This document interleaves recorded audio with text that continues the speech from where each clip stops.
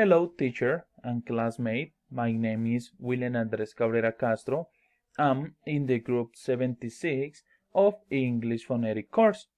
In this case, I will talk about consonant and vowel sounds.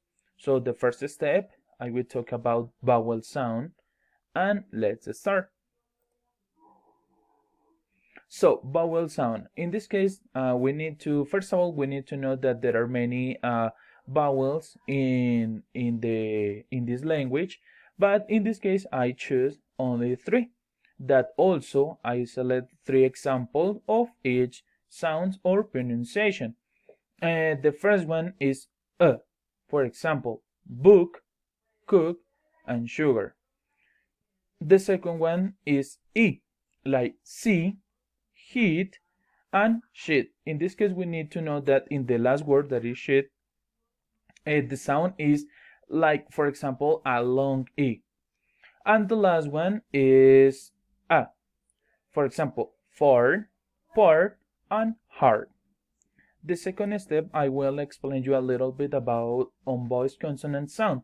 For example, there are consonant or voiceless consonant sounds because when we are pronouncing them, only air comes out of our mouth except for the other consonant I choose, which is B, which is a part of the group consonant with a vowel sound.